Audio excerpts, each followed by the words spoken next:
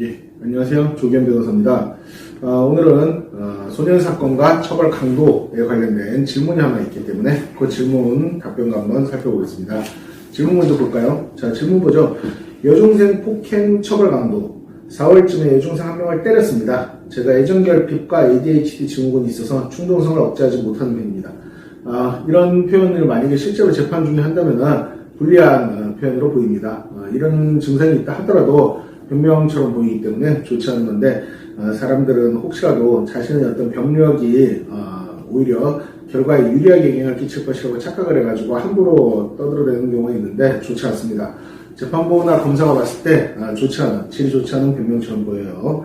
그 다음에 계속 한번 봐볼까요? 그 여중생이 저랑 여자친구 사이를 이간질해서 너무 화가 나서 홧김에 여중생 얼굴을 찼다는 건 발로 찼다는 거 같죠? 그 다음 뺨을 때렸습니다. 발로 차고 뺨을 때리면 아마 손바닥으로 때렸겠죠? 여중생 송곳니 부분이 아주 작게 까져서 전치 2주가 나왔습니다. 그 여중생은 자기는 멀쩡한데 엄마가 병원에 자기를 앉혀놓는다는 말을 한 것을 제가 캡처한 것이 있습니다. 이것도 변명 같아요. 뭐 멀쩡한지 아닌지는 의사가 판단하는 거고 전치 2주가 중요한 건 아니지만 상해도 있는 것 같습니다. 그렇기 때문에 최소한 상해죄가 성립할 것 같고요. 상황에 따라서는 죄명은 좀 더 안 좋은 상해죄, 특수상해라든지 이런 게 성립할 가능성도 있습니다. 그 후 여중생 어머니가 저희 부모님에게 합의금 2천만 원을 부르셨다고 합니다. 저희 어머니가 감당하기 힘든 금액이라 하셨는데 그 여중생 어머니는 1,000만 원 받아야겠다고 하셔서 합의를 아직 못하고 8월 후반, 8월 말을 얘기하는 것 같죠? 재판이 있습니다. 8월 말에 재판이 있습니다. 합의를 못했을 경우 저는 소년원에 가나요? 지금 사건은 청원지발검찰청으로 넘어갔을 겁니다. 자, 이거 한번 봐볼까요? 전형적인 소년 사건인데요. 질문자가 그 여중생이 자기 여자친구를 이간질한다라고 했으니까 아마 제가 봤을 때는 질문자도 중학생이나 고등학생 같아요. 근데 뉘앙스로 봤을 때는 고등학생 같습니다. 왜냐면 본인이 중학생이었으면 여중생이라는 표현은 안 썼을 것 같아요. 본인이 고등학생이다 보니까. 고등학생 남자라는 걸 가정을 하고 한번 생각을 해보자면은 일단 죄명은 제가 아까 말씀드린 것처럼 상해입니다. 경찰 조사를 받았을 거고 창원지검으로 넘어갔다는 것은 고등학생 사건 같은 경우에는 일단은 만 14세가 넘었기 때문에 경찰 조사 후에 검찰로 넘어갑니다. 그리고 검사가 봤을 때 대부분은 소년 사건으로 넘어가게 돼 있습니다. 가정법원 소년 사건 혹은 지방법원 소년 사건으로 넘어가게 돼 있고 아주 예외적으로 뭐 살인이라든지 방화라든지 지극히 죄질이 안 좋은 것만 형사 사건으로 진행되기 때문에 일단 이 부분은 소년 사건으로 넘어간다 하는 것까지는 크게 충분히 예상할 수 있는 거죠. 다른 특별한 변수가 없다면. 다만 소년 사건이 진행됐을 경우 이게 어떻게 될 것이냐, 이게 지금 궁금한 거예요. 이 학생은. 그렇죠.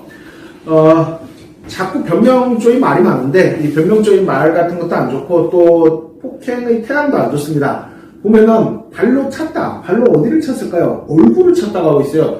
발로 얼굴을 차고 뺨을 때렸다는 거, 손바닥으로 때렸다는 건데 표현을 이렇게 해서 그렇지 거의 무차별적인 폭행인 것 같아요. 다만 여중생이 괜찮다고 한 것은 본인과 여자친구 사이를 이간질했다라고 하는 거 보니까 이 여중생도 이 고등학생 오빠랑 원래 좀 아는 사이 같아요. 아는 사이. 그러니까 뭐 오빠를 달랜다든지 뭐 그러기 위해서 괜찮았다고 하겠는데, 아니 여중생이 남자 고등학생한테 발로 뺨을 얼굴을 맞고 뺨을 손바닥으로 맞고 그러는데 괜찮겠습니까? 괜찮다는 거는 상당히 이제 과정내는 안심시키기 위한 혹은 또 겁이 나서 한 표현으로 보이기는 해요. 그럼 합의금 2천만 원이 적당하냐? 아닙니다. 2천만 원은 너무 많아요. 택도 없죠. 강간사건 같은 게 2천만 원에 통상 합의합니다. 뭐 사안에 따라서 조금씩 다르지만. 근데 이거는 뭐 기껏해야 상해 사건이고 소년 사건인데 제가 볼 때는 통상적으로 봤을 때 이 합의금은 제 기준으로 봤을 때는 한 500만 원에서 최대 1,000만 원 정도. 1,000만 원도 좀 많아 보이긴 하는데 1,000만 원 넘어가는 거는 통상적인 기준을 벗어난다라는 느낌이 듭니다.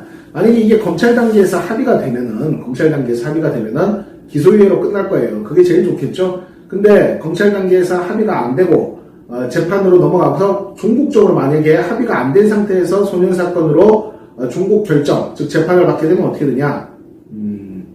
사안에 따라 다르지만 일단은 분류심사원에 갇힐 가능성은 굉장히 높습니다.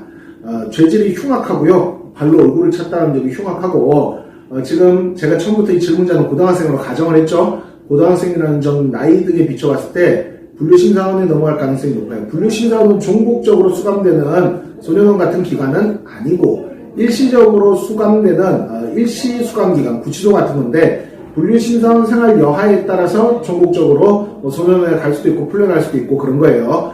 일단은 분류심사원에 들어갈 것 같고, 종국 결정은 분류심사원 생활이라든지 실제 피해 정도에 따라서 다르겠지만 경우에 따라서는 6호나 8호 같은 수감용 처분이 나올 수도 있는 사안으로 보입니다. 물론 경우에 따라서 5호 처분 밑으로 나올 수도 있고, 다만 여기서 착각하면 안 되는 게 합의 없이 재판받았으니까 몸으로 떼었다 이런 개념은 아니에요. 여중생 집에서는 얼마든지 이 학생을 소년 사건으로 처벌받게 하고 난 뒤에 그것을 근거 삼아서 민사손해배상도 청구할 수 있다라는 것입니다. 즉 배상 책임이 없어지는 건 아니에요. 그렇기 때문에 이왕 돈을 줘야 된다라면은 합의를 완료시켜서 소년 사건에서 처벌 수위도 최대한 낮추는 쪽이 좋겠죠. 여기서 이제 정리하겠습니다. 합의가 된다라면, 검찰 단계에서 합의가 된다면 기소유예로 끝날 가능성이 높고, 법원 단계에서 이 얘기 나는데요. 그럼 만약에 소년 사건으로 넘어갔는데 법원 단계에서 합의가 끝나면 어떻게 될 것이냐? 제 생각에는 법원 단계에서 합의가 끝난다면은 분류심사원도 가지 않고 소년도 가지 않고 5호 처분이나 그 밑에 비수감형 처분으로 분류심사원 가는 거 없이 끝날 가능성이 높아 보여요. 그러니까 차라리 검찰 단계에서 합의를 한다면 검찰 단계에서 하는 게 가해자 쪽에서 훨씬 유리하겠죠. 재판 같은 번거로움도 없고 소년보호 처분 전력 같은 것도 남지 않고 그러기 때문에 어차피 합의한다면은 검찰 단계에서 합의하는 게 좋습니다. 제가 봤을 때 이 사건 가장 바람직하게 처리하는 거는 검찰 단계에서 합의하는 거예요. 근데 합의금을 너무나 높이 부른다면 그렇게까지 줄 필요는 없다는 겁니다. 그렇게 되면은 합의가 안 되면은 분류심사원 갔다가 종국 결정으로 소년에 갈 수도 있고 풀려날 수도 있고, 그리고 이 모든 과정에서 변호사가 있으면 통상적으로 처분 수위를 하나씩 낮출 수 있다 이렇게 생각하시면 됩니다. 만약에 합의가 안 됐는데 변호사가 선임되어 있는 상황이라면 어떠냐? 역시 합의가 안 돼 있어도 변호사가 잘 선임되어 있으면은 분류심사원 가지 않고 종국 결정을 맞이할 수도 있을 것 같습니다. 제일 좋은 거는 변호사가 있고 변호사를 통해서 합의도 하고 소년 사건도 진행하고 이게 제일 좋겠지만 모든 건 돈 문제입니다. 경우에 따라서는 변호사 선임비가 있다면 그거를 합의금으로 쓰는 게 나을 수도 있기 때문에 지금 당장 변호사를 꼭 선임하는 게 제일 유리한 사안이다 이렇게 말씀드리기는 곤란한 사안이에요. 변호사가 없어도 합의가 잘 되면 처벌 수위는 극적으로 낮아질 수 있기 때문에 이런 여러 가지를 고려하셔서 잘 판단해 보시기를 바랍니다. 전국 소년 사건을 전문적으로 다루는 법무법인 대한중앙 대표 변호사 조기현이었습니다.